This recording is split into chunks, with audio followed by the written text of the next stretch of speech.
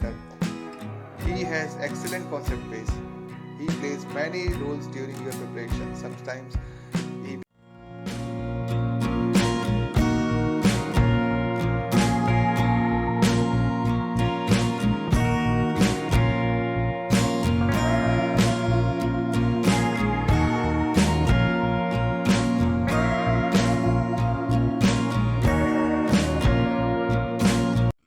दोस्तों, what is the second law of thermodynamics? That is the law of degradation of energy. तो basically second law of thermodynamics जो है वो law of degradation of energy ही है. लेकिन जब भी हम लोग बुक्स पढ़ते हैं या इंटरव्यू में कभी क्वेश्चन पूछते हैं कि सेकेंड लॉ ऑफ थर्मोडायनामिक्स क्या है, तो लोग जो है वो दो स्टेटमेंट की बात करते हैं: Kelvin Planck statement and Clausius statement. Basically, those statements are not the second law of thermodynamics. Second law of thermodynamics simply है law of degradation of energy. Kelvin Planck statement जो है वो यूज होता है हीट इंजन के case में, और Clausius statement जो है वो यूज होता है हीट पंप के केस में, राइट? लेकिन सेकेंड लॉ ऑफ थर्मोडायनामिक्स जो है वो हर जगह ही वैलिड है. जैसे कि ये बॉटल को मैं नीचे गिराऊंगा, अगर मैं छोड़ूंगा तो क्या होगा? अगर मैं इस बॉटल को छोड़ूंगा तो ये नीचे जाएगा, करेक्ट है? ये भी मेरे को सेकेंड लॉ ऑफ थर्मोडायनामिक्स बता रहा है. कैसे बता रहा है? क्योंकि बोतल जब ऊपर है तो इसमें हाई ग्रेड एनर्जी यानी कि पोटेंशियल एनर्जी है, और जब मैं इसको ड्रॉप करूंगा तो प्रोसेस उस डायरेक्शन में होगी जिधर एनर्जी का डिग्रेडेशन होगा, यानी कि उस डायरेक्शन में होगी जिधर पोटेंशियल एनर्जी डिक्रीज होगी, राइट? तो सेकेंड लॉ ऑफ थर्मोडायनामिक्स मेरे को हर प्रोसेस के होने की डायरेक्शन और उसकी फिजिबिलिटी के बारे में बताता है. इसके अलावा जो दो स्टेटमेंट्स हैं उनको हम देखते हैं क्या है वो स्टेटमेंट. तो पहला स्टेटमेंट है, इसको हम कहते हैं Kelvin Planck statement. Kelvin Planck statement. ये स्टेटमेंट कहता है it is impossible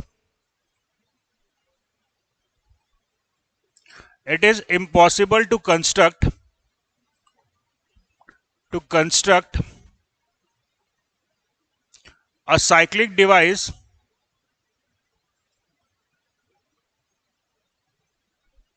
whose sole effect is produce work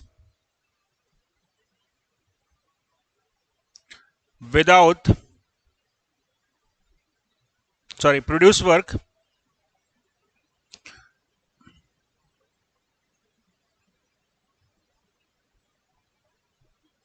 while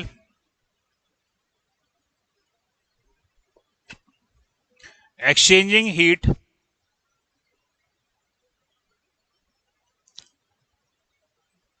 with single reservoir.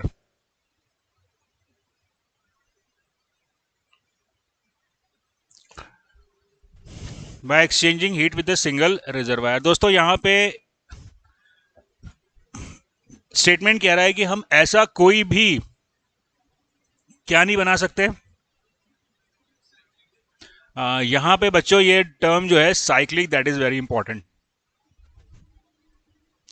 ऐसा कोई साइक्लिक डिवाइस नहीं बना सकते जो एक ही रिजर्वायर से हीट ले और वर्क प्रोड्यूस करे. तो इसका मतलब क्या बोल रहा है कि कैसा डिवाइस नहीं बनाया जा सकता? ऐसा डिवाइस जो सिंगल रिजर्वायर से हीट ले रहा है और ये वर्क प्रोड्यूस कर रहा है. ये एक साइक्लिक डिवाइस है जो कि एक रिजर्वायर से हीट ले रहा है और वर्क प्रोड्यूस कर रहा है. राइट बच्चों, ऐसा कोई डिवाइस नहीं बनेगा. अगर ऐसा डिवाइस बन जाएगा तो क्या होगा? हाँ, ये पीएमएम क्या होता है भाई मेरे?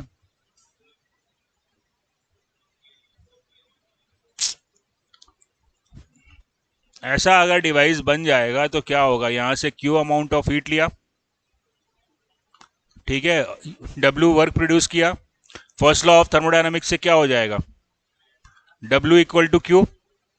इसका मतलब कंप्लीटली हीट को मैं वर्क में कन्वर्ट कर दिया, right? That is not possible. Heat जो है वो लो ग्रेड एनर्जी है और उसका कंप्लीट कन्वर्जन मैकेनिकल वर्क में संभव नहीं है, तो ये डिवाइस नहीं बन सकती। और इस डिवाइस को हम कहते हैं perpetual motion machine of type 2। So this PMM2 is impossible, this PMM2 is impossible.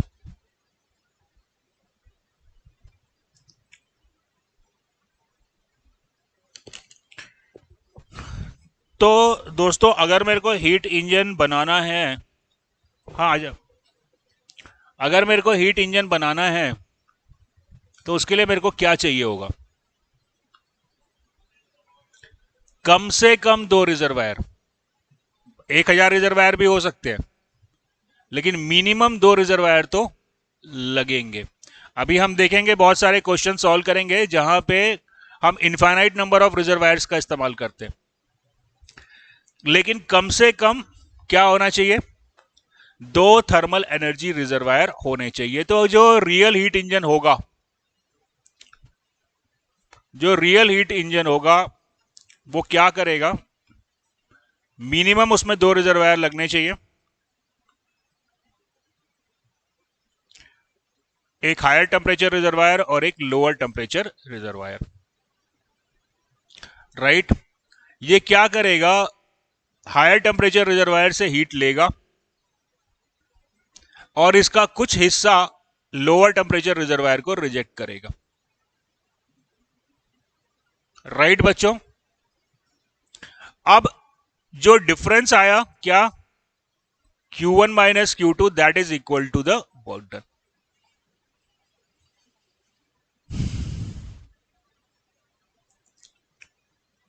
सो कल की क्लास में भी मैंने आपको बताया था कि अगर इंजन लगाना है तो क्या चाहिए मिनिमम? वहां पे टेम्परेचर डिफरेंस होना चाहिए, टेम्परेचर डिफरेंस होना चाहिए। उसको हिंदी में बोल सकते हैं कि कम से कम 2 रिजर्वायर होने चाहिए, तभी हम मैकेनिकल वर्क को प्रोड्यूस कर सकते हैं। तो ये जो एग्जांपल है वो एक रियल हीट इंजन का एग्जांपल है, राइट? चलो अब अगर हम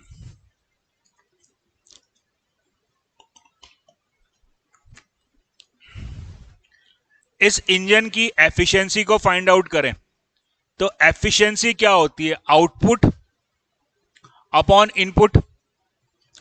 तो ये जो इंजन आपने बनाया था ये किस लिए बनाया था? इससे आप क्या चाहते थे? इससे आप आउटपुट चाहते थे वर्क, तो इसकी एफिशिएंसी क्या हो जाएगी? वर्क। और इस वर्क को ऑब्टेन करने के लिए आपने दिया क्या? आपने दिया हीट सप्लाई Q1,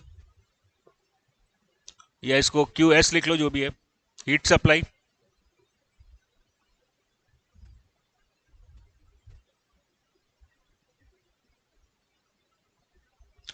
राइट? अच्छा अब ये बताओ कि ये जो आपने एफिशिएंसी का फॉर्मूला लिखा है, या इस फॉर्मूले को मैं लिख सकता हूं, क्या और लिख सकता हूं इसको मैं? Q1 minus Q2 divided by W लिख सकता हूं कि नहीं? अरे सॉरी, हाँ sorry sorry sorry sorry, divided by Q1, divided by Q1 ऐसा भी लिख सकता हूं। तो ये जो मैंने एफिशिएंसी का फॉर्मूला लिखा है, ये फॉर्मूला किस हीट इंजन के लिए वैलिड है? रिवर्सिबल, इरिवर्सिबल या बोथ? रिवर्सिबल के लिए कि बोथ के लिए? क्योंकि यहां पे मैंने अभी कोई रिवर्सिबिलिटी का कंडीशन इंपोज किया ही नहीं है। ये एफिशिएंसी का फॉर्मूला कहां से आया? एफिशिएंसी की डेफिनेशन से आया। Efficiency is what? Output upon input. तो यहां मेरे को आउटपुट मिला W और उसके लिए इनपुट मैंने हीट सप्लाई किया, राइट? तो ये दो फॉर्मूले आप कहीं पे भी किसी भी इंजन के लिए लगा सकते हो क्या? ये दो फॉर्मूले आप किसी भी इंजन में अप्लाई कर सकते हो, यहां पे कोई रिस्ट्रिक्शन नहीं है। क्लियर हुआ ये बात? चलिए अब हम बात करते हैं एक रिवर्सिबल इंजन की, जिसे हम कहते हैं कार्नोट इंजन और कार्नोट साइकिल।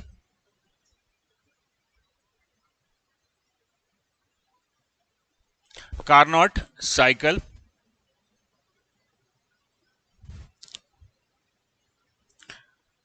दोस्तों कार्नोट साइकिल में 4 प्रोसेसेस होती है, 2 आइसोथर्मल प्रोसेस होती है और 2 आइसेंट्रोपिक प्रोसेस होती है।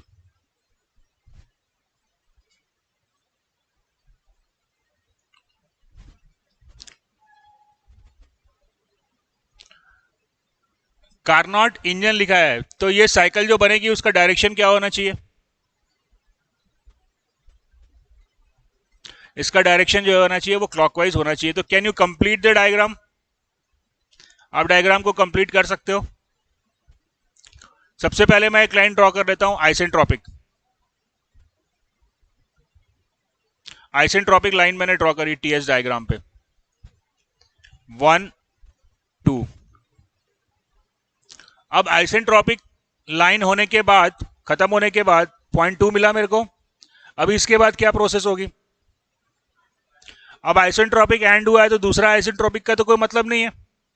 अब इसके बाद जो प्रोसेस होगी that would be isothermal, right. अब ये आइसोथर्मल जो प्रोसेस होगी यानी कि T इक्वल टू कॉन्स्टेंट, उसका डायरेक्शन क्या होगा? उसका डायरेक्शन लेफ्ट टू राइट होगा या राइट टू लेफ्ट होगा? लेफ्ट टू राइट होगा। राइट टू लेफ्ट हो जाने से क्या होगा? अगर मैं राइट टू लेफ्ट डाल देता हूं तो इसका डायरेक्शन जो है वो काउंटर क्लॉकवाइज हो जाएगा और फिर ये इंजन नहीं रहेगा, ये पंप बन जाएगा। आ रही है बात समझ में? तो डायरेक्शन मेरे को लेना है लेफ्ट टू राइट। अब 0.3 पे ये प्रोसेस एंड हुई, राइट। पॉइंट एंड 3 पे प्रोसेस एंड हुई, देन फॉलोड बाय आइसेंट्रोपिक और फिर एक आइसोथर्मल प्रोसेस आके इसको कंप्लीट कर देगी।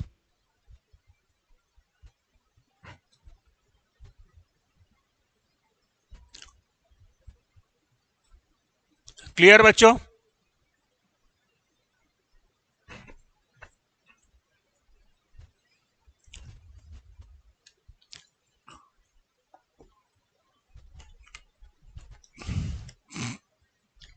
अब इस साइकिल की मेरे को एफिशिएंसी निकालनी है तो मैं मान लेता हूं कि ये हायर टेम्परेचर जो है that is T1 and this lower temperature is T2। कैसे निकालते हैं कि साइकिल की एफिशिएंसी?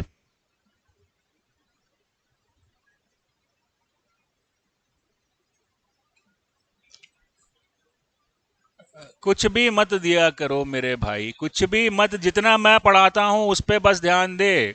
जो घर में पढ़ा है उसको बाहर कर दिमाग से, नहीं तो कंफ्यूजन कभी दिमाग से जाएगा नहीं। साइकिल की एफिशिएंसी निकालनी है। How do I find out the efficiency of the cycle? हाँ, 2 फॉर्मूले हैं मेरे पास एफिशिएंसी निकालने की। या तो मैं लिखूं W divided by heat supply, ये फॉर्मूला मैं यूज कर सकता हूं, या फिर इस फॉर्मूले को मैं लिख सकता हूं 1 माइनस Q2 बाई Q1। यानी कि फॉर्मूला मेरे को मिल गया 1 माइनस Q2 क्या है? That is heat rejection and that is heat supply. तो मेरे को फॉर्मूला मिला heat rejection divided by heat supply. तो दोस्तों कभी भी किसी साइकिल की जब आप एफिशिएंसी निकालते हो तो आपने करना यह है, बेस्ट ऑप्शन यह है कि आप जितनी भी प्रोसेसेस वहां पे हो रही हैं, कितनी प्रोसेस हो रही है? 4। हर प्रोसेस में हीट ट्रांसफर कैलकुलेट करो। जब आप हीट ट्रांसफर कैलकुलेट करोगे तो वहां से आपको हीट सप्लाई मिल जाएगा और वहां से आपको हीट रिजेक्शन भी मिल जाएगा। Is it clear? तो सबसे पहले अपन देखते हैं कितना हीट सप्लाई हुआ प्रोसेस 1 2 में।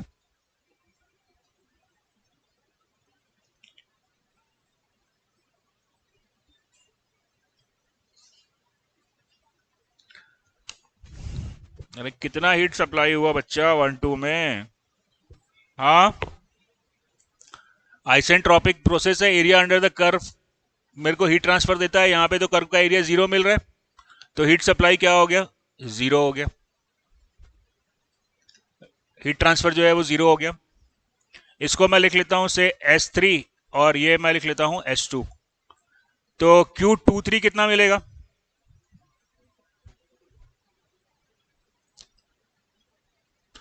कितना मिलेगा यार? कैसे निकालते हैं? फॉर्मूला बताया था ना, DQ इक्वल टू क्या? TDS। तो क्या करना पड़ता है? टीएस डायग्राम का एरिया कैलकुलेट करो तो 2 से 3 में कितना हीट मिला? T1 S3 minus S2,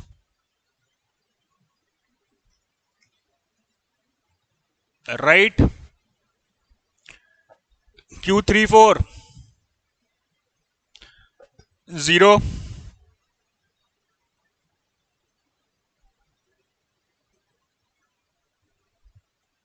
Q41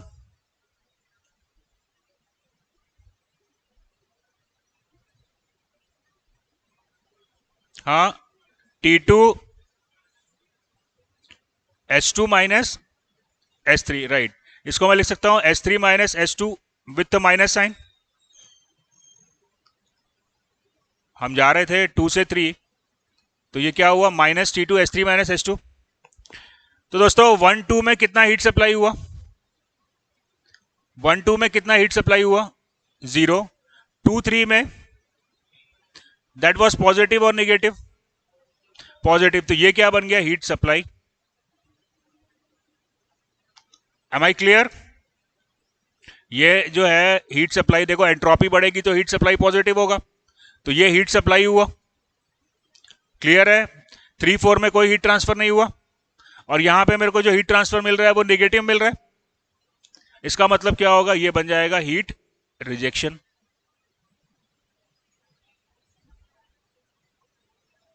क्या 4-1 में भाई हीट ट्रांसफर तेरे को क्या मिला? 4-1 की बात कर रहा है।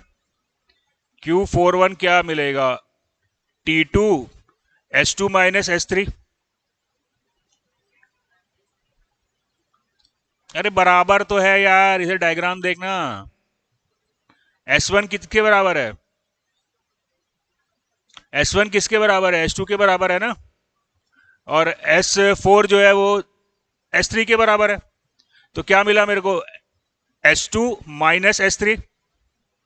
करेक्ट है? S2 माइनस S3 जो है वो नेगेटिव है, तो इसको मैंने क्या लिख लिया? Minus T2 S3 minus S2। Is that clear? Is that clear? चलिए जी, तो अब आते हैं मुद्दे की बात पे। और मुद्दे की बात है, अब इस साइकिल की एफिशिएंसी मेरे को मिली 1 minus Q rejected divided by Q supply. So the efficiency is 1 minus T2 S3 minus S2 divided by T1 S3 minus S2. So I got the efficiency equal to 1 minus T2 by T1. याद कर लो formula. Formula याद करने में हैं आप लोग expert, और formula याद करके फॉर्मूले की लंका लगा डालते हैं।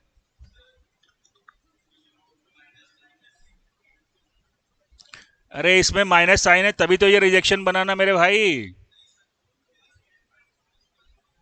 कहां पे माइनस माइनस प्लस हो जाएगा बाबू? इधर देखो फॉर्मूला क्या है? 1 minus heat rejection divided by heat supply. Correct है? रिजेक्शन का मेरे को मैग्नीट्यूड पुट करना है। रिजेक्शन को मैं ऑलरेडी मान रहा हूं कि सिस्टम से बाहर जा रहा है, तो what I have to do? मेरे को उसका सिर्फ मैग्नीट्यूड निकालना है, और यहां पे माइनस साइन मेरे को यह बता रहा है कि हीट बाहर जा रही है, तो इसका मतलब that becomes the heat rejection. कितना हीट रिजेक्शन हुआ? मैं माइनस साइन नहीं लगाऊंगा वहां पे। हीट रिजेक्शन हुआ T2 S3 minus S1। Is that clear? चलिए, तो अब आते हैं इस फॉर्मूले पे। और जो ऑथर्स लोग भी हैं वो एक गलती करते हैं। गलती क्या करते हैं कि सेकेंड लॉ ऑफ थर्मोडायनामिक्स का एक चैप्टर बना देते हैं, एंट्रोपी का एक अलग चैप्टर बना देते हैं, और एक्सर्जी का एक अलग चैप्टर बना देते हैं। कायदे से ये तीनों टॉपिक क्लब होते हैं। अब होता क्या है कि जब आप सेकेंड लॉ ऑफ थर्मोडायनामिक्स का सवाल सॉल्व करते हो तो उस समय आपके पास एंट्रोपी का कॉन्सेप्ट नहीं होता। उस समय होता क्या है आपके हाथ में? बस ये वाला फॉर्मूला। और आपको लगता है सारा सवाल इसी फॉर्मूले से बनने वाला है, विच इज नॉट करेक्ट। तो ये फॉर्मूला आप जान लिए, ये अच्छी बात है, लेकिन ये अच्छी तब तक नहीं बन पाएगी जब तक आप ये ना जान लो कि ये फॉर्मूले को क्या मैं मुंह उठा के कहीं पे भी लगा सकता हूं। क्या क्या इस फॉर्मूले को जहां मेरा मन करे मैं अप्लाई कर सकता हूं? क्या नहीं कर सकता। अब देखते हैं कि इस फॉर्मूले को यूज करने का कंडीशन क्या है, कब मैं इस फॉर्मूले को यूज करूंगा। Efficiency is equal to 1 minus T2 by T1। पहले तो आपको लिख दे कार्नोट इंजन, या तो आपको कार्नोट इंजन लिखा हुआ मिल जाए, तो इसका मतलब क्या हुआ, कार्नोट इंजन या कार्नोट साइकिल लिखा हुआ मिल गया, इसका मतलब no tension, no tension, you can use this formula.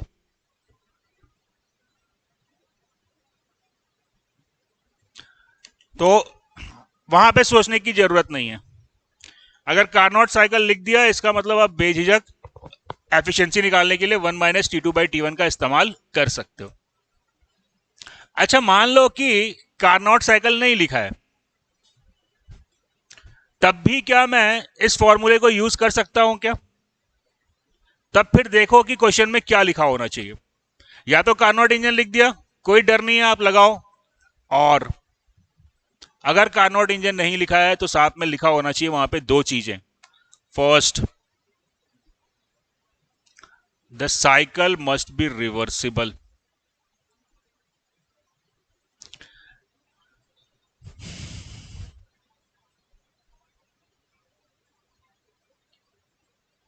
इस फॉर्मूले को यूज करने के लिए साइकिल रिवर्सिबल होनी चाहिए, लेकिन सिर्फ रिवर्सिबल लिख देना पर्याप्त नहीं। अच्छा, पहले तो मेरे को यह बताओ कि रिवर्सिबल होना जरूरी क्यों है? यहां पे हमने ऐसा क्या किया है जो सिर्फ रिवर्सिबल के लिए वैलिड है?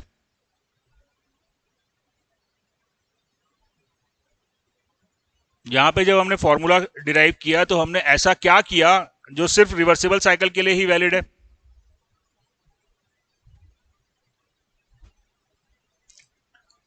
हाँ,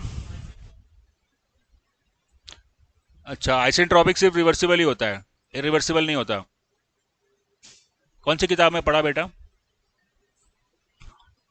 कोई भी प्रोसेस, चाहे वो आइसोबारिक हो, आइसोकोरिक हो, आइसोथर्मल हो, आइसेंट्रोपिक हो, कोई भी प्रोसेस रिवर्सिबल और इरिवर्सिबल दोनों हो सकती है। सिर्फ आइसेंथैल्पिक एक प्रोसेस है जो हमेशा इरिवर्सिबल ही होगी। बाकी आइसेंट्रोपिक प्रोसेस है, आइसोकोरिक प्रोसेस है, वो रिवर्सिबल और इरिवर्सिबल दोनों हो सकता है। यहां पे जब आपने फॉर्मूला डिराइव किया तो आपने ऐसा क्या इस्तेमाल किया जो सिर्फ आप रिवर्सिबल साइकिल के लिए यूज कर सकते थे? हीट ट्रांसफर निकाला, T1।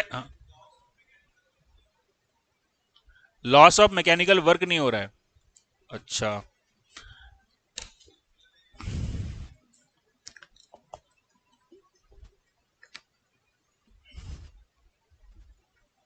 Loss of mechanical work तो मेरे को जब इंजन चालू होगा तब पता चलेगा कि वहां पे हो रहा है कि नहीं, फ्रिक्शन वहां पे प्रेजेंट है कि नहीं।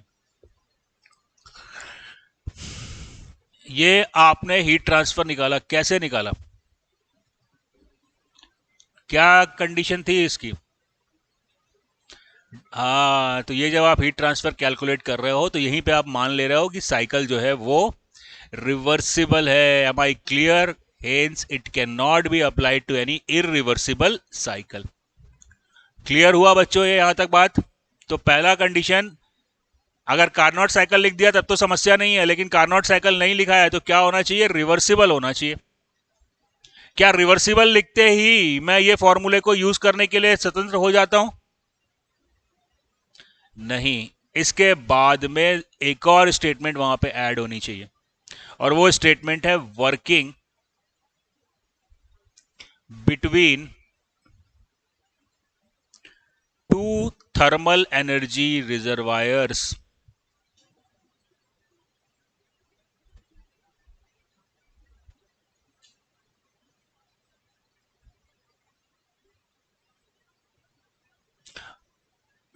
आप समझते हैं? नोट कर लिया?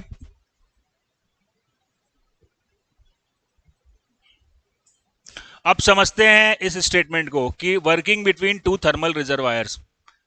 बच्चा ये जो आपने डायग्राम बनाया है,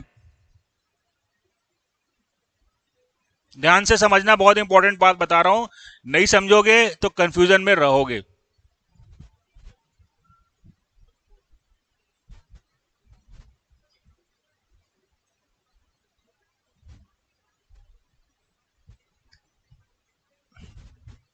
ये कार्नोट साइकिल के लिए मैंने टेम्परेचर और एंट्रोपी का डायग्राम बनाया है, राइट। ये जो डायग्राम में मैं दिखा रहा हूं, टेम्परेचर चेंज हो रहा है, एंट्रोपी चेंज हो रही है, किसकी हो रही है?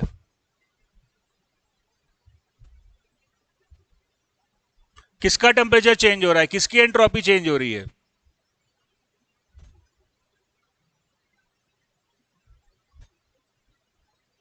हाँ, very good, very good.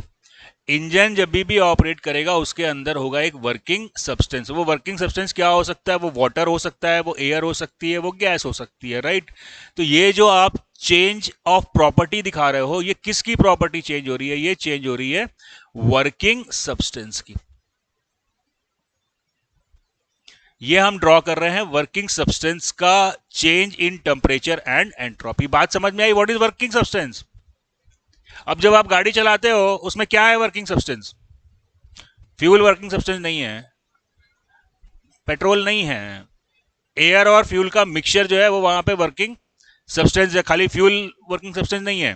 Fuel जब बर्न होता है तो जो गैस निकलती है वो गैस वहां पे वर्किंग सब्सटेंस है। चलो, अब बच्चों यहां पे आप इधर देखो, ये 1 2 3 4, बाबू 2 से 3 तक मेरा वर्किंग सब्सटेंस क्या कर रहा है? मेरा वर्किंग सब्सटेंस हीट ले रहा है नहीं? है कि नहीं? मेरा वर्किंग सब्सटेंस हीट ले रहा है। तो अगर ले रहा है तो कोई दे रहा होगा। बात समझ में आई? तो कौन दे रहा है? सोर्स यानी कि रिजर्वायर, करेक्ट है। तो बेटा यहां पे एक रिजर्वायर लगा होगा T1 टेम्परेचर पे, जिससे कि मेरा वर्किंग सब्सटेंस हीट लिया। So we got a reservoir at temperature T1। आई बात समझ में? आगे क्या हुआ? अब 4 से 1 में एंट्रोपी कम हो रही है। एंट्रोपी कम होने का मतलब क्या हुआ?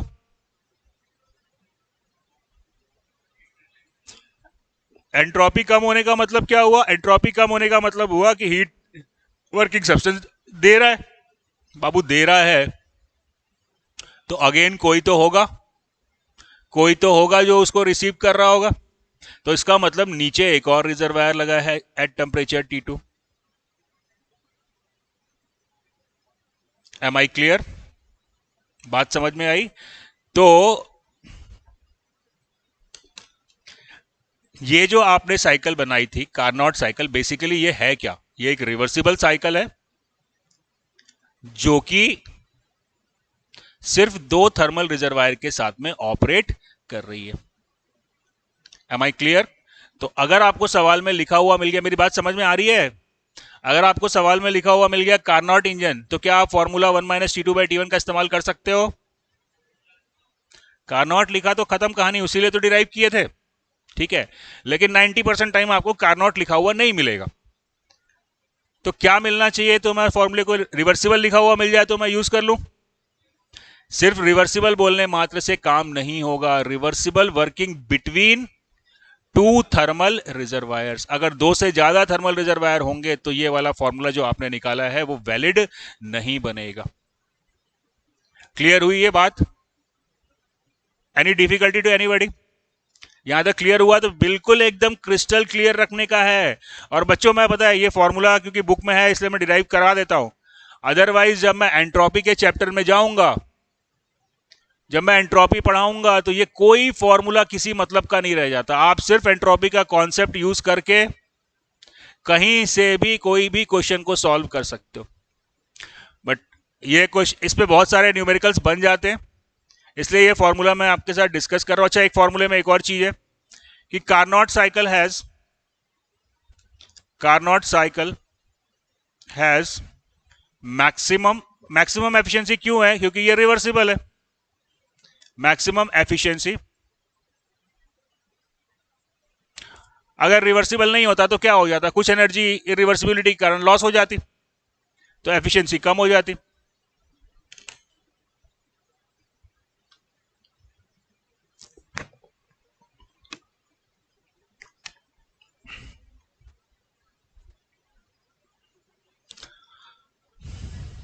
क्या बाबू, थोड़ा जोर से बोला कर यार, तेरी आवाज पहुंचती रही है। क्या? दो से ज्यादा होंगे तो वैलिड नहीं है। अभी अपन देखेंगे, अभी घबरा मत, अभी जितना पढ़ाते जा रहा हूं उतना समझते जा। कब क्या होगा वो अपन तब देखेंगे। 3 नहीं, मैं 40 रिजर्वायर लगा सकता हूं, मैं इन्फाइनाइट रिजर्वायर लगा सकता हूं। In that condition this formula is not valid. It is only valid कि जब दो ही रिजर्वायर हो, एक सोर्स हो और एक सिंक हो, तभी ये फॉर्मूला वैलिड होगा। क्लियर हुआ ये बात? क्लियर हुआ ये बात? चलो, अब एक आखिरी मुद्दा इंपॉर्टेंट है जो समझ लो।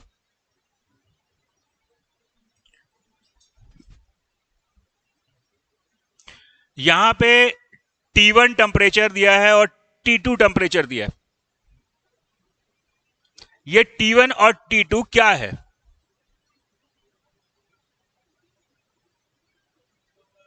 हाँ, क्या क्या? रिजर्वायर का टेम्परेचर है। अब ध्यान देना, सुनना मेरी बात को। T1 और T2 जो है वो वर्किंग सब्सटेंस का हाईएस्ट और लोएस्ट टेम्परेचर है। अब सवाल उठता है कि रिजर्वायर का टेम्परेचर क्या होगा? तो बच्चा, हम चाहते हैं कि प्रोसेस रिवर्सिबल हो। रिवर्सिबल हो यानी कि क्वासी स्टैटिक हो, और क्वासी स्टैटिक करना है प्रोसेस को, तो मेरा सिस्टम का और सराउंडिंग का टेम्परेचर सेम होना चाहिए। तो चूंकि मेरा रिजर्वायर का टेम्परेचर, सॉरी, मेरे सब्सटेंस का टेम्परेचर T1 जा रहा है, then I am assuming what, the temperature of reservoir is also T1। But practically, do you think it would be possible? Do you think it would be possible? क्यों भैया? अगर ये भी T1 पे है और रिजर्वायर भी T1 पे है तो हीट ट्रांसफर किधर होगा? अगर मान लो ये T1 इक्वल टू 1000 केल्विन है, तो रिजर्वायर का टेम्परेचर प्रैक्टिकली क्या होना चाहिए? 1000 से ज्यादा होना चाहिए। लेकिन हम लोग यहां पे रिवर्सिबल मान रहे हैं, इसलिए हम रिजर्वायर का टेम्परेचर 1000 मान रहे हैं। क्या ये बात आपको मेरी समझ में आई? हम यहां पे अगर ये प्रोसेस एक्सटर्नली रिवर्सिबल है, इसलिए रिजर्वायर का टेम्परेचर भी हम 1000 मान रहे हैं। यहां नीचे एंड पे आ जाओ, मान लो इसका टेम्परेचर 300 केल्विन है और ये हीट दे रहा है, तो रिजर्वायर का टेम्परेचर प्रैक्टिकली क्या होगा? प्रैक्टिकली क्या होगा? ये 250 होगा शायद, राइट? तो T1 और T2 जो है वो T1 और T2 जो है वो वर्किंग सब्सटेंस का मैक्सिमम और मिनिमम टेम्परेचर है। और प्रोसेस को यदि रिवर्सिबल होना है, एक्सटर्नली रिवर्सिबल होना है, तो इन दैट कंडीशन रिजर्वायर का भी टेम्परेचर सेम होना चाहिए। बट प्रैक्टिकली यह संभव नहीं है, क्योंकि प्रैक्टिकली क्वासी स्टैटिक प्रोसेस हो नहीं सकती, तो आपको टेम्परेचर डिफरेंस रखना पड़ेगा। क्या आपको मेरी ये बात समझ में आई? Is it clear to everybody? चलो,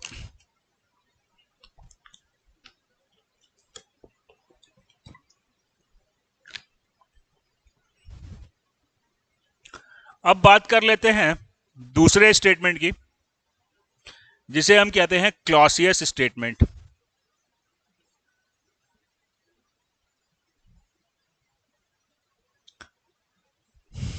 दोनों स्टेटमेंट बेसिकली अगर आप देखो तो एक ही है।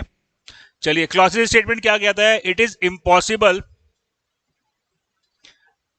इम्पॉसिबल टू कंस्ट्रक्ट, हर जगह साइक्लिक टर्म है बेटा, cyclic device whose sole effect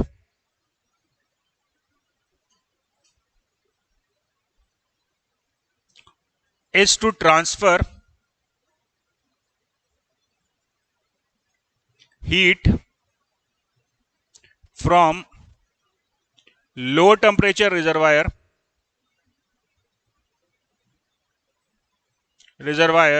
to higher temperature reservoir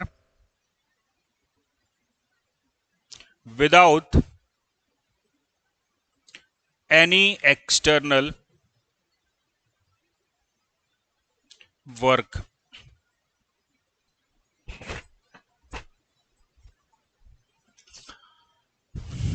आप ऐसा कोई डिवाइस नहीं बना सकते बाबू, ऐसा कोई डिवाइस नहीं बना सकते। कैसा? ये एक साइक्लिक डिवाइस है, ये T2 टेम्परेचर से हीट लेके T1 टेम्परेचर पे ट्रांसफर कर रहा है। T1 is greater than T2। तो ये कर क्या रहा है? लोअर टेम्परेचर से लेके हीट हायर टेम्परेचर को ट्रांसफर कर रहा है। Am I clear? ऐसा डिवाइस नहीं बन सकता। क्यों नहीं बन सकता? सेकेंड लॉ ऑफ थर्मोडायनेमिक्स से बताओ आप।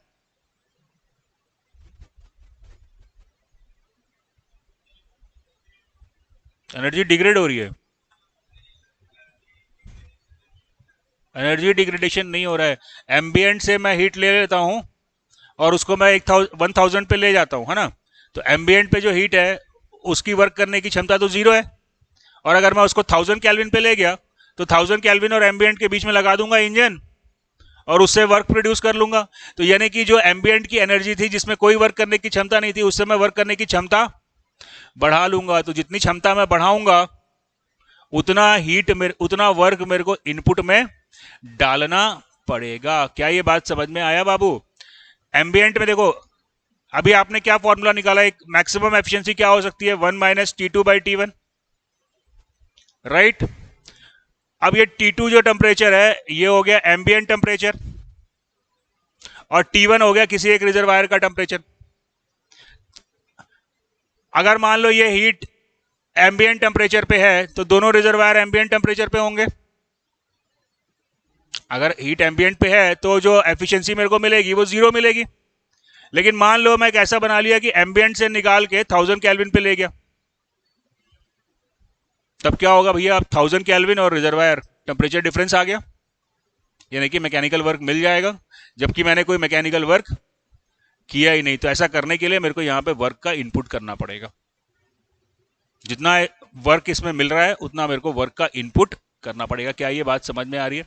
बहुत सिंपल सा स्टेटमेंट है कि आप लोअर टेम्परेचर रिजर्वायर से हीट लेके हायर टेम्परेचर पे ट्रांसफर नहीं कर सकते, ऐसा कोई साइक्लिक डिवाइस नहीं बना सकते। तो कैसे बनेगा? अगर आप लोअर टेम्परेचर से हायर टेम्परेचर को हीट ट्रांसफर करना चाहते हो बच्चा,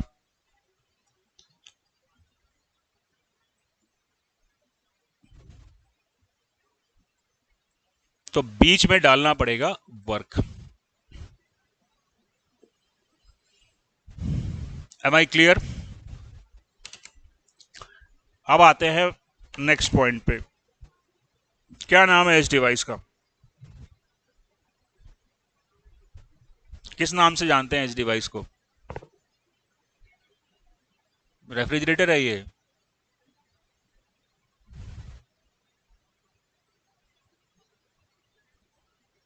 है क्या? रेफ्रिजरेटर है कि हीट पंप है? हीट पंप होगा, रेफ्रिजरेटर नहीं होगा। अच्छा, साइक्लिक है इसलिए हीट पंप होगा। रेफ्रिजरेटर साइक्लिक नहीं होता।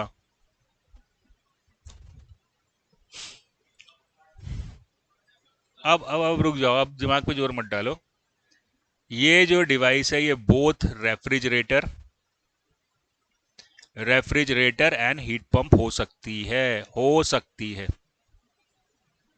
ये देख के मैं नहीं बोल सकता कि ये रेफ्रिजरेटर है या ये हीट पंप है।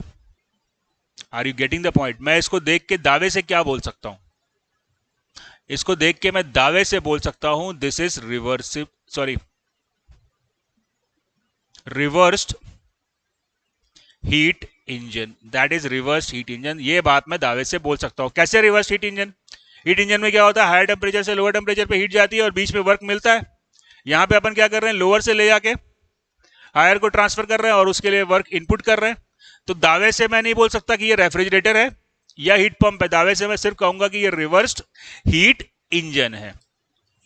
यही डिवाइस को आप चाहो तो रेफ्रिजरेटर बना लो, और इसी डिवाइस को अगर आप चाहो तो हीट पंप बना लो। हीट पंप और रेफ्रिजरेटर दो अलग अलग डिवाइसेस नहीं होती हैं, द सेम डिवाइस। नहीं आ रही है बात समझ में? फ्रिज है तुम्हारे घर में? फ्रिज है तुम्हारे घर में? उसको फ्रिज बोलते हैं, तुम श्योर हो? नहीं, श्योर नहीं हो? हाँ, रेफ्रिजरेटर बोलते हैं कि नहीं उसको? हाँ, घर में वही बोलते हैं, सही बोलते हैं, गलत नहीं बोलते हैं। उसके पीछे जाके कभी खड़े हुए हो? गरम मिलता है तो तुम्हारे रूम को गरम भी तो कर रहा है वो, तो हीट पंप का भी काम कर रहा है। तो उसको हीट पंप क्यों नहीं बोलते हो, उसको रेफ्रिजरेटर क्यों बोलते हो? क्योंकि वो जो लगाए हो डिवाइस, वो रूम को गर्म करने के लिए लगाए हो क्या? उसका काम क्या था? लोअर टेम्परेचर से हीट को रिमूव करना। उसका ऑब्जेक्टिव क्या था? उसका ऑब्जेक्टिव था लोअर टेम्परेचर से Q2 अमाउंट ऑफ हीट को रिमूव करना। ठीक है, बाद में जाके वो बाहर Q1 रिजेक्ट किया, लेकिन मेरा इंटरेस्ट किस में है? मेरा इंटरेस्ट किस में है? मेरा इंटरेस्ट Q2 में है कि Q1 में है? रेफ्रिजरेटर की केस की बात कर रहा हूं। मेरा इंटरेस्ट कितना है कि भैया जहां पे सब्जी रखी हुई है वहां से तो कितना हीट निकाल रहा है, I am interested in that. मैं उसमें इंटरेस्टेड नहीं हूं कि तो बाहर जाके कितना हीट फेंक रहा है। Is it clear? तो मेरा इंटरेस्ट अगर Q2 होगा तो उसको हम कहेंगे रेफ्रिजरेटर। डिवाइस सेम है, इंटरेस्ट अलग अलग है। एक तरफ मेरा इंटरेस्ट लोअर टेम्परेचर से हीट निकालना है, तो उस डिवाइस को कहेंगे, अगर लोअर टेम्परेचर से हीट निकालना है तो उस डिवाइस को कहेंगे रेफ्रिजरेटर। और अगर हायर टेम्परेचर को हीट सप्लाई करना मेरा ऑब्जेक्टिव है, then it will be known as heat pump. तो बच्चा, heat pump and refrigerator are not two devices, they are same.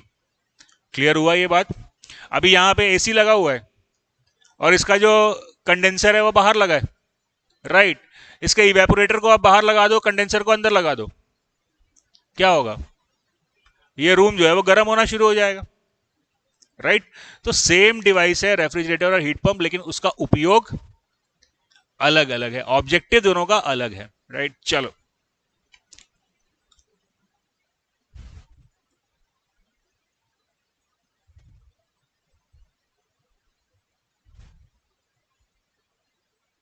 T not जो है वो एम्बियंट टेम्परेचर है, T1 जो है वो मेरे सिस्टम का टेम्परेचर है।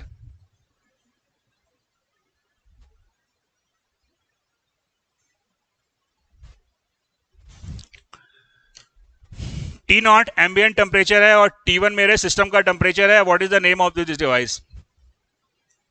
क्या मैं अभी बता सकता हूं कि ये रेफ्रिजरेटर है या heat pump?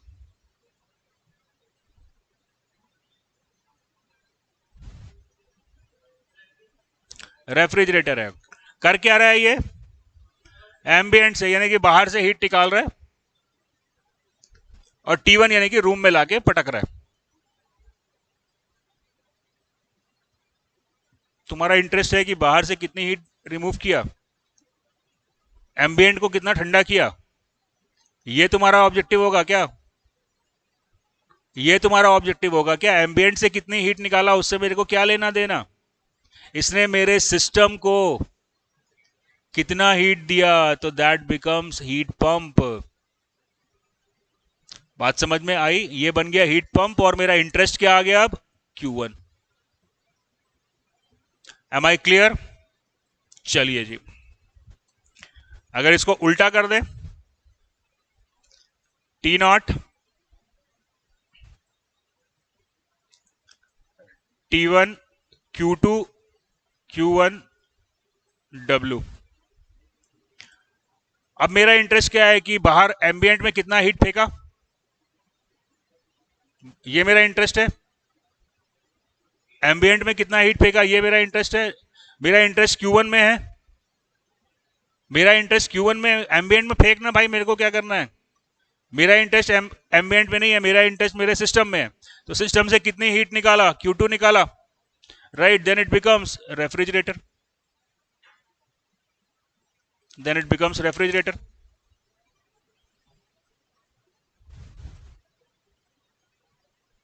Is that clear?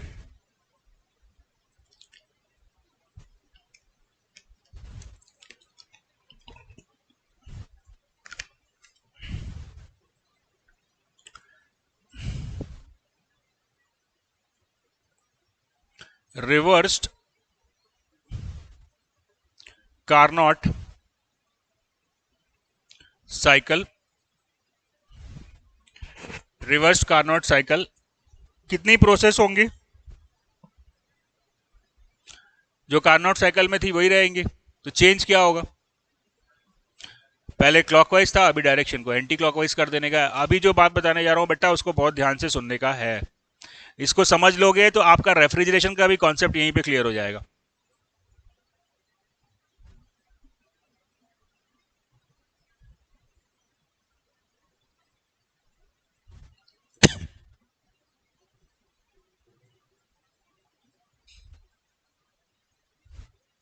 जो आपका सब्जेक्ट है रेफ्रिजरेशन, उसका कॉन्सेप्ट यहीं पे क्लियर हो जाएगा।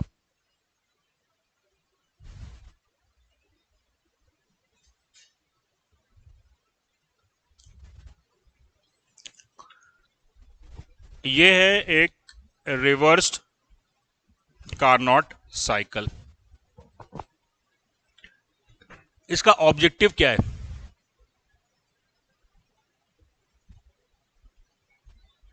हाँ,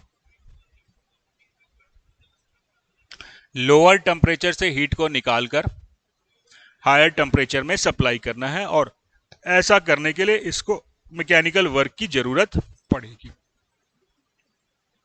राइट? अब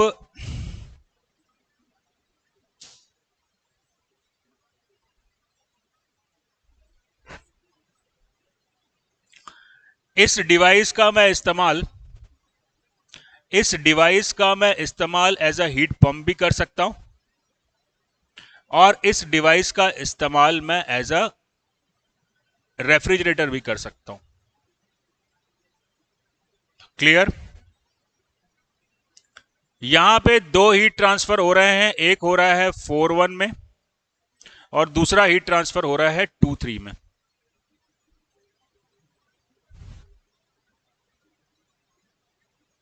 राइट? अभी मैं चाहता हूं कि मैं इसको एज अ रेफ्रिजरेटर, अच्छा, सीओपी क्या होता है? सीओपी छोड़ो, एफिशिएंसी क्या होती है? एफिशिएंसी होती है आउटपुट अपॉन इनपुट। इनपुट तो यहां पे मान लो कि अगर ये हीट पंप है तो आपका आउटपुट क्या है? अगर हीट पंप है तो आउटपुट क्या है? Q1। उसके लिए दिया क्या? W। राइट? तो Q1/W is the efficiency of the heat pump, but this number can not be greater, this number can be greater than 1, and we know that efficiency can not be greater than 1। तो इसको हम efficiency नहीं कहके इसको हम कहते हैं COP, COP of heat pump, coefficient of performance. Coefficient of performance. Refrigerator है तो उसका सीओपी क्या बन जाएगा? एफिशिएंसी क्या बन जाएगी? आउटपुट क्या चाहिए? Q2। तो ये हो गया Q2, और उसके लिए आपने खर्च क्या किया? बिजली, है ना? बिजली मतलब वर्क, W। तो क्या हो गया? ये हो गया सीओपी ऑफ रेफ्रिजरेटर।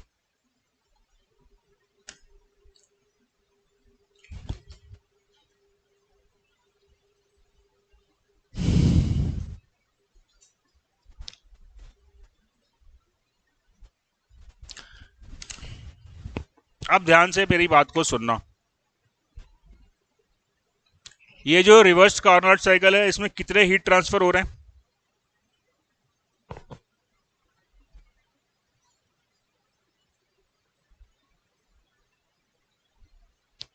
कहां कहां पे हो रहा है हीट ट्रांसफर? 2-3 में और 4-1 में, राइट? यानी कि दो रिजर्वायर के बीच में ये भी ऑपरेट कर रहा है।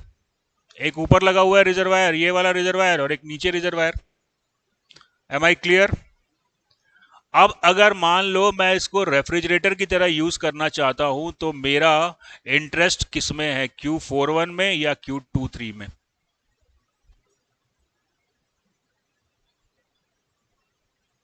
Q41 में होगा। क्यों?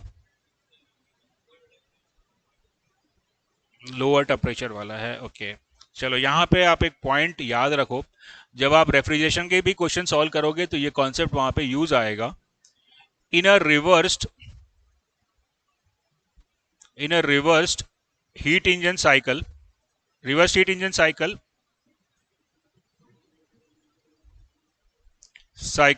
the process in which entropy of substance increases provides refrigeration effect, provides refrigeration effect, and where entropy of substance decreases,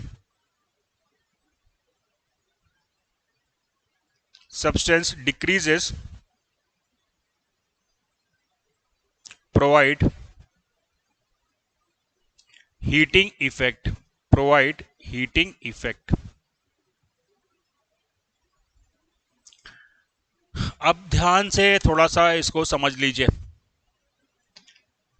कोई भी रिवर्स्ड कोई भी रिवर्स्ड हीट इंजन साइकिल है, उसमें मेरे को सीओपी ऑफ रेफ्रिजरेटर निकालना है या सीओपी ऑफ हीट पंप निकालना है।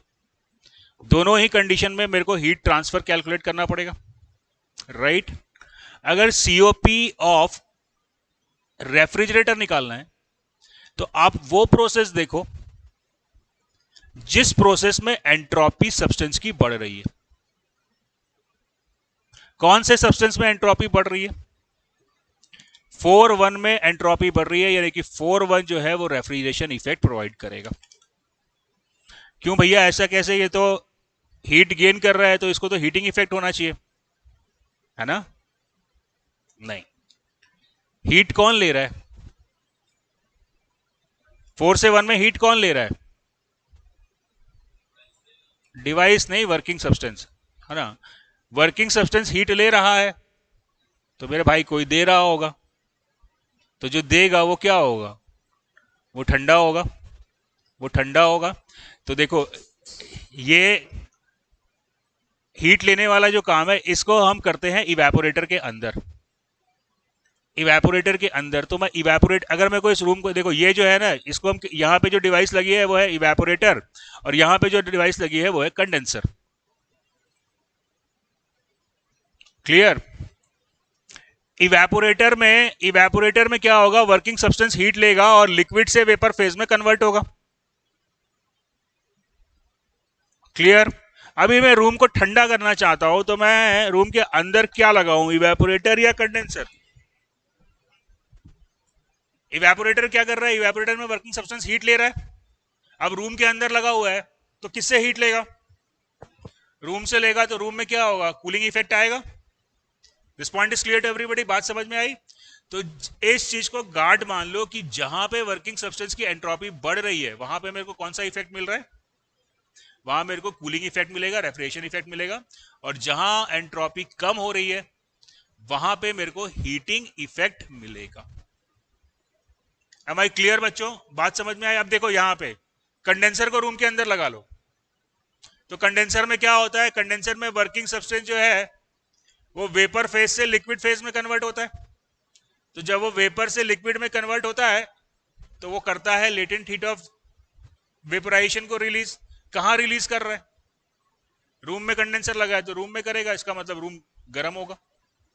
Is it clear? तो बॉटम लाइन बहुत ध्यान से देखिए, ध्यान में रखिएगा कि जहां पे वर्किंग सब्सटेंस की एंट्रोपी बढ़ रही है उस प्रोसेस में रेफ्रिजरेशन इफेक्ट मिलता है। क्लियर है? चलो, समझ गए बात को? ओके, चलो समझ गया तो समझाना जरा मेरे को भी, देखते हैं कितना समझे हो।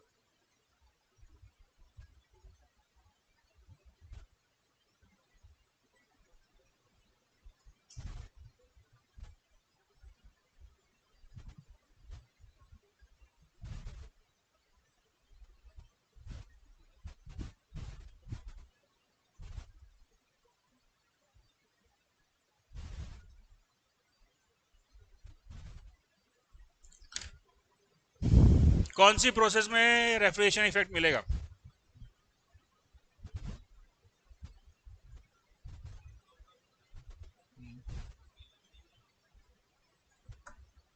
करेक्ट, वेरी गुड भैया। ना यहाँ रेफ्रिजरेशन इफेक्ट मिलेगा ना हीटिंग इफेक्ट मिलेगा, यहाँ पे ये क्लॉकवाइज है, यहाँ पे मेरे को मिलेगा मैकेनिकल वर्क।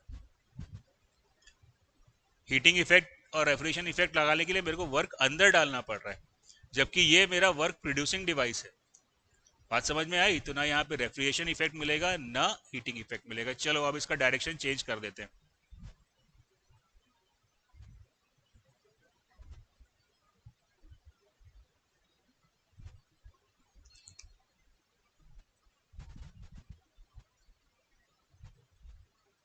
कौन से प्रोसेस में मिलेगा रेफ्रिजरेशन इफेक्ट? 3 से 1 में एंट्रोपी बढ़ रही है, यानी कि 3 से 1 में मेरे को ठंडा यानी कि रेफ्रिजरेशन इफेक्ट मिलेगा। क्या हीटिंग इफेक्ट भी मिल रहा है क्या? कैसे नहीं मिल रहा है बाबू? क्यों नहीं मिल रहा है? मैंने क्या बोला? एंट्रोपी बढ़ने का, एंट्रोपी बढ़ना और घटना देखो। 1 से 2 में एंट्रोपी, 1 से 2 में एंट्रोपी कम हो रही है, तो जहां एंट्रोपी कम होगा वहां पे हीटिंग इफेक्ट मिलेगा। तो 1 से 2 में भी हीटिंग इफेक्ट मिलेगा और 2 से 3 में भी हीटिंग इफेक्ट मिलेगा, क्योंकि यहाँ पे एंट्रोपी कम हो रही है। और सिर्फ 3 से 1 में मेरे को रेफ्रिजरेशन इफेक्ट मिलेगा। Am I clear? तो बड़ा सिंपल सा फंडा है कि अगर रिवर्स्ड हीट इंजन है तो कौन से प्रोसेस में हीटिंग इफेक्ट मिलेगा और कौन से में रेफ्रिजरेशन इफेक्ट, ये तुरंत आप पता कर सकते हो। टीएस डायग्राम बस ड्रॉ कर लो। कैसे पता चलेगा? जहां एंट्रोपी बढ़ी, हाँ, लेकिन प्रोवाइडेड वो क्या होना चाहिए? प्रोवाइडेड वो रिवर्स हीट इंजन होना चाहिए। हीट इंजन में ऐसा कुछ नहीं होगा। This point is clear everybody? समझ में आई ये बात? चलो, तो अभी अपन कार्नोट साइकिल की बात कर रहे थे। कार्नोट साइकिल की बात कर रहे थे, अभी अपन इसकी सीओपी निकाल लेते हैं फटाफट।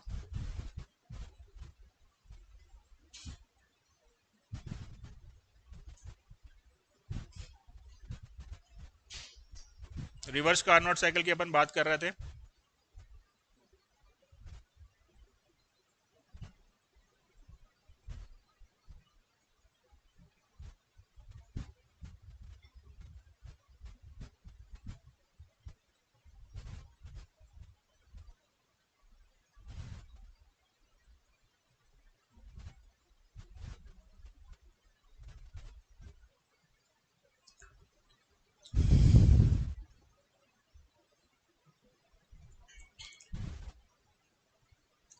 बच्चों,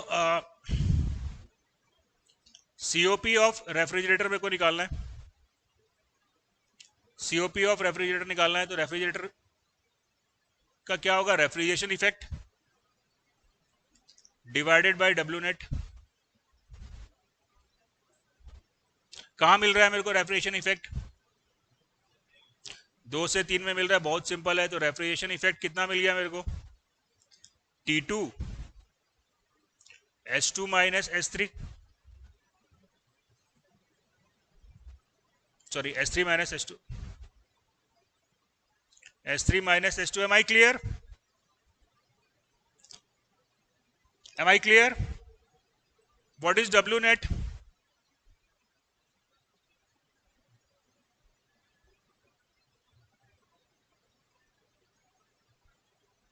जल्दी बाबू। हाँ, क्या क्या? अरे कुछ नहीं करना है मेरे भाई। टीएस डायग्राम का area is the work done, पहले भी अपन डिस्कस कर चुके हैं। तो वर्क डन कितना मिला? T1 minus T2 into S3 minus S2।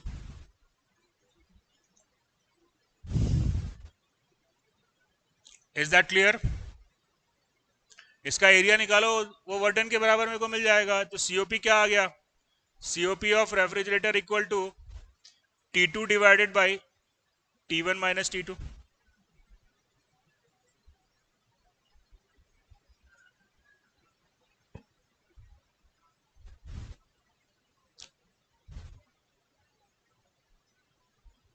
ठीक है बच्चों, चलिए अभी इसका COP as a heat pump निकालना होगा, तो मैं क्या लिखूंगा, heating effect divided by work done. Work done मैं निकाल चुका हूं, मेरे को हीटिंग इफेक्ट निकालना है। कहां मिल रहा है हीटिंग इफेक्ट, कहां मिलता है हीटिंग इफेक्ट, जहां एंट्रोपी कम होती है। तो हीटिंग इफेक्ट मेरे को कितना मिल गया, T1 S3, मैं सिर्फ मैग्नीट्यूड लिख रहा हूं, नॉट साइन, है ना, S3 minus S2।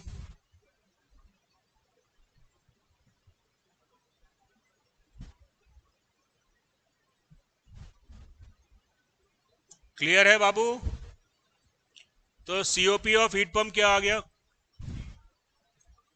COP of heat pump आ गया T1 divided by T1 minus T2।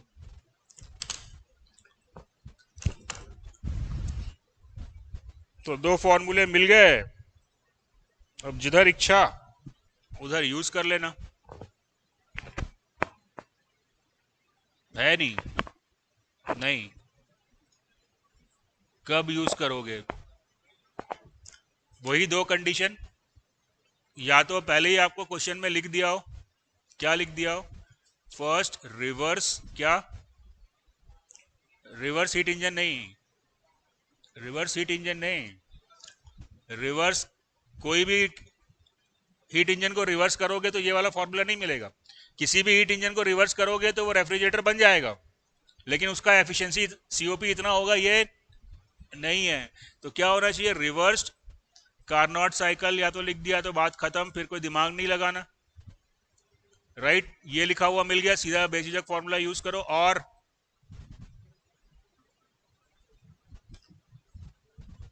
Reversible reversed heat engine operating between two reservoirs,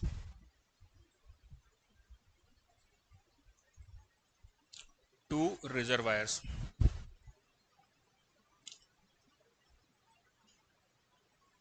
clear है? तो बेटा तीन फॉर्मूले आपने देखे आज, एक कार्नोट साइकिल का और एक रिवर्स कार्नोट साइकिल का। ये फॉर्मूले फॉर ग्रांटेड नहीं है, ये जब कंडीशन अलाउ करेगी तभी मैं इसको इस्तेमाल कर सकता हूं।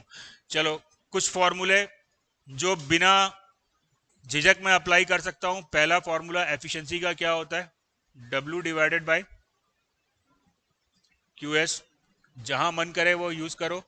इस फॉर्मूले से ज्यादा पावरफुल फॉर्मूला जब कभी आप साइकिल का क्वेश्चन सॉल्व करते हो तो वो बन जाता है 1 माइनस QR बाई QS। आप क्या करो, सारे प्रोसेस में हीट ट्रांसफर निकाल लो, जो नेगेटिव होगा वो क्या बन जाएगा, रिजेक्शन, जो पॉजिटिव होगा वो सप्लाई बन जाएगा। तो रिजेक्शन रिजेक्शन को जोड़ दो, सप्लाई सप्लाई को जोड़ दो, आपको एफिशिएंसी मिल जाएगी। Is that clear? COP of heat pump Q1 divided by W, क्या हर जगह अप्लाई कर सकता हूं? COP Q1 divided by W क्या हर जगह अप्लाई कर सकता हूं? Yes no? तो ये फॉर्मूला हर जगह अप्लाई होगा, ये भी हर जगह अप्लाई होगा, ये भी हर जगह अप्लाई होगा। इसको मैं लिख सकता हूं Q1 divided by Q1 minus Q2। ये W equal to Q1 minus Q2 कहां से आया,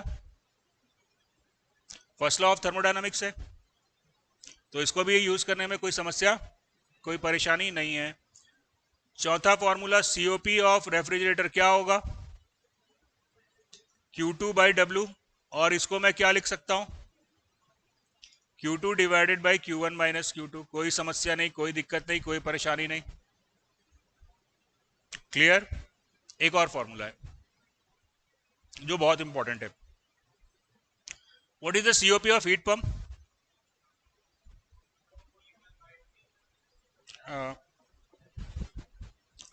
Q1 divided by W, right.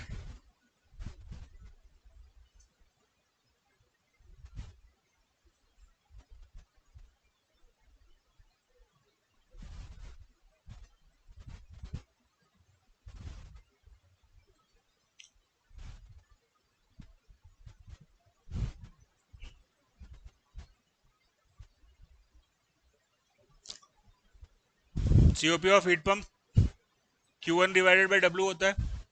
कोई दिक्कत, कोई समस्या, कोई परेशानी? डेफिनेशन है, कोई दिक्कत नहीं। चलो अभी इसको अपन Q1 को लिख सकते हैं Q2 प्लस W।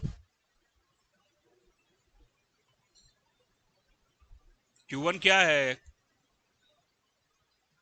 Q1 क्या है? Q2 plus W equal to Q1, first law of thermodynamics. तो इसको मैं लिख सकता हूँ Q2 by W divided by W। तो इसको मैं लिख सकता हूँ Q2 by W plus 1। And what is Q2 by W? What is Q2 by W? Q2 by W is nothing but COP of refrigerator plus 1। क्या ये formula सबके लिए वैलिड है?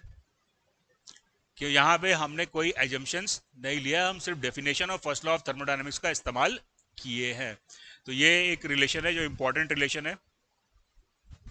COP of heat pump equal to COP of refrigerator plus 1।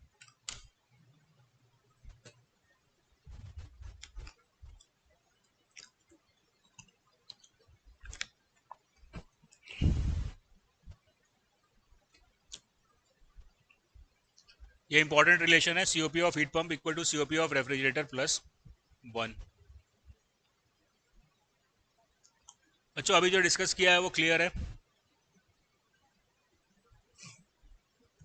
What is the second law of thermodynamics? एकदम simple है, कोई complication नहीं है।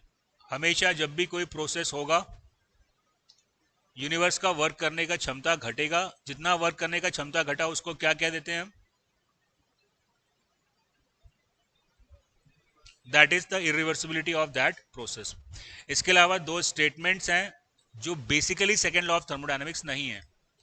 एक स्टेटमेंट है कैल्विन प्लैंक स्टेटमेंट, जिससे मेरे को हीट इंजन का कॉन्सेप्ट मिलता है, और दूसरा स्टेटमेंट है क्लॉसियस स्टेटमेंट, जिससे कि मेरे को रेफ्रिजरेटर और हीट पंप का कॉन्सेप्ट मिलता है।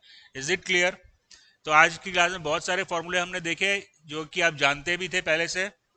बस जानना यह है कि कुछ फॉर्मूले फॉर ग्रांटेड नहीं है। ये जो फॉर्मूला आपने निकाला है ये फॉर ग्रांटेड नहीं है। कब अप्लाई होगा? कब अप्लाई होगा? जब रिवर्स कार्नोट साइकिल होगा या heat pump operating between to thermal, reversible heat pump operating between to thermal reservoir होगा। then only we can use this formula. Similarly with efficiency is equals to 1 minus T2 by T1। Correct है? तो ये ध्यान में रखिएगा कि बिना दिमाग लगाए फॉर्मूले को आप इस्तेमाल करोगे, सवाल गलत होगा और फिर बोलोगे कि गलत कैसे हो गया, क्योंकि गलत इस्तेमाल करेंगे तो जवाब भी गलत ही आएगा। राइट?